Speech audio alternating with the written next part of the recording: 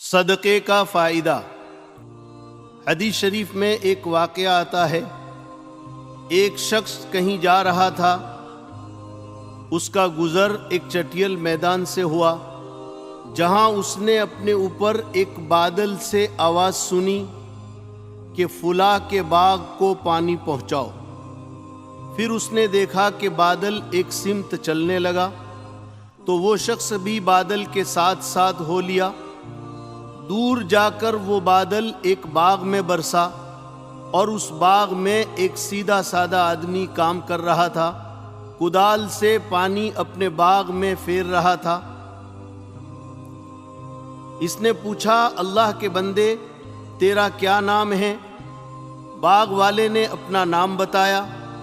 اس نے وہی نام بتایا جس نام کو اس شخص نے بادل میں سنا تھا، تو اس سے اس شخص کو بڑی حیرت ہوئی۔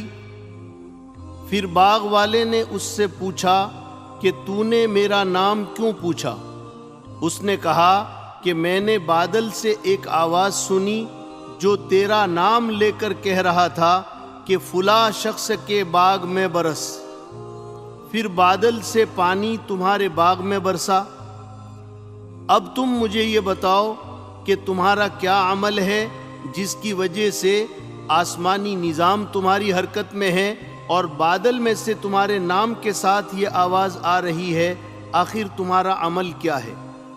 اس آدمی نے کہا، جب تم نے مجھ سے پوچھ ہی لیا ہے تو سن لو، اس باغ کی پوری پیداوار کو میں 3 حصوں میں تقسیم کرتا ہوں۔ ایک حصہ اپنے اور اپنے گھر والوں کی ضرورت کے لیے رکھتا ہوں، اور ایک حصہ اسی باغ میں لگاتا ہوں، اسی باغ کی ضروریات اس سے پوری ہوتی ہے، اور تیسرا حصہ میں اللہ کے راستے میں صدقہ کر دیتا ہوں۔ بزرگوں، حدیث شریف کے اس واقعے سے ہمیں یہ سبق ملا کہ اپنی آمدنی اور کمائی سے کچھ نہ کچھ حصہ ضرور صدقہ کرتے رہنا چاہیے۔ اس سے مال میں برکت بھی ہوتی ہے اور ہر طرح کی آفتوں سے حفاظت بھی رہتی ہے۔